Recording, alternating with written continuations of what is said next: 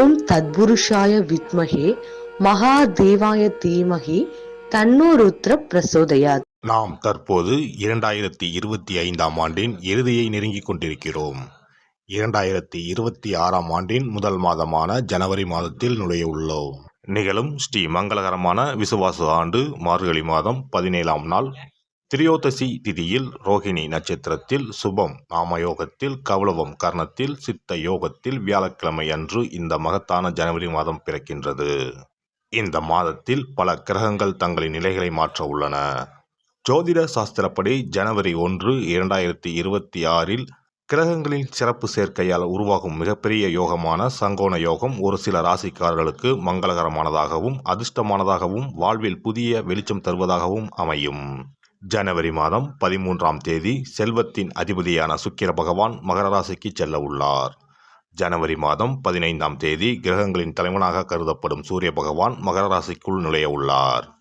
ஜனவரி மாதம் 16ஆம் தேதி கிரகங்களின் தளபதியான செவ்வாய் பகவான் மகர ராசியில் சஞ்சரிக்க உள்ளார். இம்மாதம் அதாவது ஜனவரி 17ஆம் தேதி புதன் பகவானும் ஜனவரி 18ஆம் தேதி சந்திர பகவானும் மகர ராசிக்கு செல்ல உள்ளனர். இவ்வாறு ஜனவரி மாதத்தில் கிரகங்கள் தங்களின் ராசியை மாற்றுவதால் அதன் தாக்கம் அனைத்து ராசிக்காரர்களின் வாழ்க்கையிலும் காணப்படும். குறிப்பாக சில ராசிக்காரர்களுக்கு அதிர்ஷ்டம் பிரகாசிக்கப் போகிறது. இதன் விளைவாக தொழில் மற்றும் வணிகத்தில் நல்ல முன்னேற்றம் ஏற்பட போகிறது. அதே சமயம் ஆரோக்கியமும் சிறப்பாக இருக்கப் போகிறது. மேலும் சில ராசிக்காரர்களுக்கு கண்டமும் காத்திருக்கிறது. உயிர் போகும் ஆபத்து கூட வரலாம். எச்சரிக்கையாக இருக்கவும். யமனே எதிரில் வந்தாலும் சிவனின் அருள் இருந்தால் எதிலும் வெற்றி பெறலாம். சிவ வழிபாடு கர்ம வினைகளை அளிக்கும். இந்த கிரகங்களின் பெயர்ச்சியால் இம்மாதம் உங்கள் வாழ்வில் நடக்க இருக்கும் சுப மற்றும் அசுப பலன்கள் என்ன என்பதனையும், அசுப பலன்கள் ஏற்படுமாயின் ராசிக்காரர்கள் செய்ய வேண்டிய பரிகாரம் என்ன, வழிபட வேண்டிய தெய்வம் யார் என்பதனை பற்றியும் விரிவாக காண்போம். பிறக்கப் போகும் இம்மாதத்தில் உங்கள் வாழ்வில் வளமும் நலமும் செல்வ செழிப்பும் பெற்று வாழ்வின் உயரிய நிலையை அடைய எல்லாம் வல்ல எம்பெருமானை வேண்டி விரும்பி கேட்டுக்கொள்கிறேன். எந்த ஒரு சூழ்நிலையாக இருந்தாலும் நிதானத்தை இழக்காத மிதுனராசி அன்பர்களே, இந்த மாதம் முக்கிய நபர்களின் உதவிகள் கிடைக்கும். தன்னம்பிக்கை அதிகரிக்கும். விடாமுயற்சியுடன் ஈடுபட்டு காரியங்களில் வெற்றி பெறுவீர்கள். விருப்பங்கள் கைகூடும். அடுத்தவரை அதிகாரம் செய்யும் போது கவனம் தேவை. வீண் பகை உண்டாகலாம். மற்றவர்களுக்காக பொறுப்புகளை ஏற்காமல் இருப்பது நல்லது. வீண் அலைச்சல் உண்டாகலாம். தொழில் வியாபாரம் முன்னேற்ற பாதையில் செல்லும். அரசாங்கம் தொடர்பான பணிகளில் சாதகமான போக்கு காணப்படும். எதிர்பார்த்த லாபம் கிடைக்கும். உத்தியோகத்தில் இருப்பவர்களுக்கு பொறுப்புகள் கூடும். திறமை வெளிப்படும். வேலை தேடுபவர்களுக்கு நல்ல வேலை கிடைக்கும். குடும்பத்தை விட்டு பிரிந்து சென்றவர்கள் மீண்டும் வந்து சேர்வார்கள். கணவன் மனைவிக்கு இடையே நெருக்கம் அதிகரிக்கும். பிள்ளைகளின் விருப்பத்தை நிறைவேற்றுவதில் ஆர்வம் காட்டுவீர்கள். விருந்தினர்கள் வருகை இருக்கும். மரியாதையும் அந்தஸ்தும் கூடும். பெண்களை பொறுத்தவரை இம்மாதம் விடாமுயற்சியுடன் காரியங்களை செய்து சாதகமான பலன் பெறுவீர்கள். பணவரத்து திருப்தி தரும். கலைத்துறையினருக்கு வாக்கு வன்மையால் எல்லா நன்மைகளும் கிடைக்கப் பெறுவீர்கள். பணவரவு மன திருப்தியை தரும். புதிய நபர்களின் அறிமுகமும் அவர்களது நட்பும் கிடைக்கப் பெறுவீர்கள். எதிலும் முன்னேற்றம் காணப்படும். அரசியல் துறையினருக்கு நீண்ட நாட்களாக இழுபறியாக இருந்த காரியங்கள் சாதகமாக நடந்து முடியும். வாகனங்களை பயன்படுத்தும் போது கவனம் தேவை. தொழில் வியாபாரத்தில் எதிர்பார்த்த வெற்றிகள் கிடைக்கும். நிதி நிலைமை சீர்படும். மாணவர்களுக்கு கல்வியில் இருந்த தடைகள் நீங்கும். எதிலும் முழு முயற்சியுடன் ஈடுபடுவீர்கள். நட்சத்திர பலன்கள் மிருகசிரிசம் 3, 4 பாதங்கள். இந்த மாதம் உங்களது கருத்துக்கு சிலர் மாற்று கருத்து கூறலாம். எதிர்த்து பேசாமல் அமைதியாக இருப்பது நல்லது. மாணவர்கள் எவ்வளவு திறமையாக படித்தாலும் படிக்கும் பாடங்கள் கடினமானவை போல தோன்றும். மனதை தளர விடாமல் படிப்பது வெற்றியை தரும். திருவாதிரை நட்சத்திரம். இந்த மாதம் அடுத்தவருடன் ஏற்படும் பிரச்சனைகளிலும் வாக்குவாதத்திலும் வெற்றியே கிடைக்கும். பணவரத்து கூடும். ஆனால் எந்த காரியத்தில் ஈடுபட்டாலும் அடுத்தவரை நம்புவதில் எச்சரிக்கை தேவை. உங்களுக்கு மிகவும் வேண்டியவர் உங்களை விட்டு விலகிச் செல்லலாம்.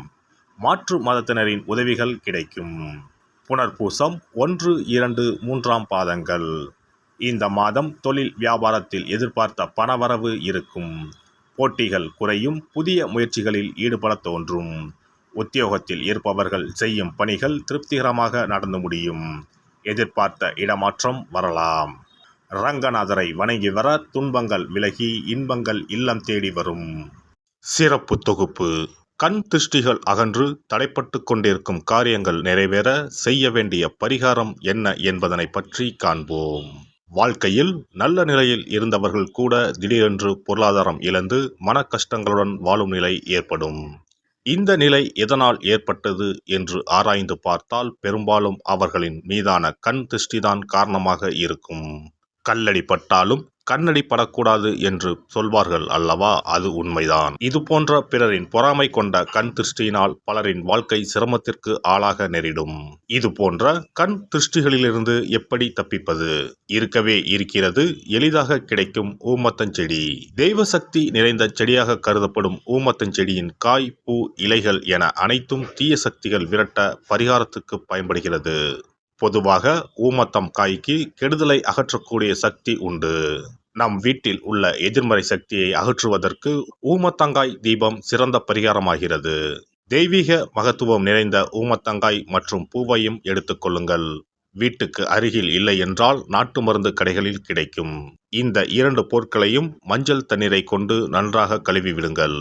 சிறிது நேரம் அவற்றிலுள்ள ஈரம் போக ஆறவிட்டு பிறகு அவற்றை ஒரு மஞ்சள் துணியில் குலதெய்வத்தை வேண்டி ₹1 நாணயத்தோடு சேர்த்து முடிந்து வீட்டின் நிலைப்படியில் கட்டி தொங்க விடுங்கள். இந்த முடிச்சை வெள்ளிக்கிழமை அல்லது ஞாயிற்றுக்கிழமைகளில் தயார் செய்து வாசல் படியில் கட்டுவது சிறப்பு. தினமும் வீட்டில் தீபம் ஏற்றி காண்பிக்கும் போது இந்த முடிச்சுக்கும் காண்பிக்கவும். இதேபோல் ஊமத்தம் இலைகள் கிடைத்தால் அந்த இலைகளை சுத்தமான மஞ்சள் தண்ணீரில் கழுவிவிட்டு அவற்றை கொண்டு வீட்டில் இருக்கும் விநாயகருக்கு திங்கள் கிழமைகளில் தொடர்ந்து அர்ச்சனை செய்து வர வேண்டும். ஊமத்தம் பூவையும் விநாயகருக்கு சூட்டலாம். 3 வாரங்கள் தொடர்ந்து திங்கள் கிழமைகளில் விநாயகருக்கு ஊமத்தை இலையால் அர்ச்சனை செய்து ஊமத்தம் பூவை சூட்டி வழிபட்டால் வீட்டில் உள்ள கெட்ட சக்தி நடமாட்டம் மற்றும் கண் திருஷ்டிகள் தீரும். ஊமத்தம் செடியும் சிவபெருமானுக்கு உகந்த இலை ஆகும். இந்த ஊமத்தங்காய் வைத்து சிவபெருமானுக்கு தீபம் ஏற்றி வழிபடுவதன் மூலம் நமது பிரச்சனைகளில் இருந்து எளிதாக விடுபட முடியும். முதலில் 2 ஊமத்தங்காய்களை எடுத்துக்கொள்ள வேண்டும். அவற்றின் மீது முட்கள் இருப்பதால் மிகவும் கவனமாக கையாள வேண்டும். ஊமத்தங்காயின் காம்பு பகுதிகளை வெட்டி கொண்டு கத்தியை பயன்படுத்தி ஊமத்தங்காயின் உள்ளே இருக்கும் விதை பகுதியை முழுவதுமாக நீக்கிவிட வேண்டும். பின்னர் 2 அகல் விளக்குகள் மற்றும் விளக்கு வைப்பதற்கான 2 தட்டுகளை எடுத்து சுத்தம் செய்து அவற்றிற்கு மஞ்சள் குங்குமம் போட்டு வைத்துக் கொள்ள வேண்டும். பின்னர் 2 தட்டின் மீதும் ஒவ்வொரு அகல் விளக்கை வைத்துக் கொள்ள வேண்டும். அதன் பிறகு எப்போதும் பூஜை செய்வதற்கு வைப்பது போன்ற வெத்தலைப்பாக்கு, பழம் போன்றவற்றை வைத்துவிட்டு 2 விளக்குகளையும் ஏற்றி சிவபெருமானை மனதார வேண்டிக் கொள்ள வேண்டும். எனக்கு இருக்கும் பிரச்சனைகள் அனைத்தும் தீர்ந்து இன்பமான வாழ்க்கை கிடைக்க வேண்டும் என வேண்டிக் கொள்ள வேண்டும். இந்த பூஜையை வெள்ளிக்கிழமை அன்று தொடங்கினால் தொடர்ந்து 9 வெள்ளிக்கிழமைகள் செய்ய வேண்டும். ஊமத்தங்காயின் மீது எவ்வாறு முட்கள் இருக்கிறதோ அதுபோல நமது வாழ்க்கையில் இருக்கும் முட்கள் போன்ற பிரச்சனைகளை அவை தீர்த்து வைக்கின்றன. இந்த பூஜையை நாம் தொடர்ந்து செய்து வருவதால் நம் மீது இருக்கும் கண் திருஷ்டிகள் அகன்றுவிடும். தீராத துயரங்கள் தீர்ந்துவிடும். பணம், நகை நம்மிடம் பெருகி வரும். சிலருக்கு கையில் சுத்தமாக பணம் இருக்காது. வறுமை தாண்டவமாடும். கடன் தொல்லையால் கஷ்டப்படுவார்கள். பண பிரச்சனையில் சிக்கி கொண்டிருப்பவர்கள் இந்த தீபத்தை ஏற்றினால் 3 வாரங்களில் நல்ல பலனை பெற முடியும். தொழிலில் நல்ல முன்னேற்றம் இருக்கும். கடன் பிரச்சனைகள் தீரும். உறவினர்களிடையே பகைமை இருந்தால் அவையும் மறைந்துவிடும். நோய்வாய் உள்ளவர்கள் இந்த தீபத்தை ஏற்றுவதன் மூலம் நல்ல பலனை பெற முடியும். பொதுவாகவே எந்த பரிகாரம் என்றாலும் அதை முழு நம்பிக்கையுடன் செய்தால் மட்டுமே முழு பலன் கிடைக்கும் என்பதை நினைவில் கொள்ளுங்கள். எல்லாம் வல்ல இறையருளால் நீங்களும் உங்கள் அன்பு குடும்பமும் உடல் நலம், நீலாயுள், நிறை செல்வம், உயர் புகழ், மெய்ஞானம் ஓங்கி வாழ்க வளமுடன். இந்த வீடியோ பதிவு உங்களுக்கு பிடித்திருந்தால் லைக் பண்ணுங்க, கமெண்ட் பண்ணுங்க, ஷேர் பண்ணுங்க, மறக்காம சப்ஸ்கிரைப் பண்ணுங்க, பக்கத்துல இருக்கிற பெல் பட்டனை கிளிக் பண்ணுங்க. நன்றி, வணக்கம். ஓம் நமச்சிவாய. சிவாய நம.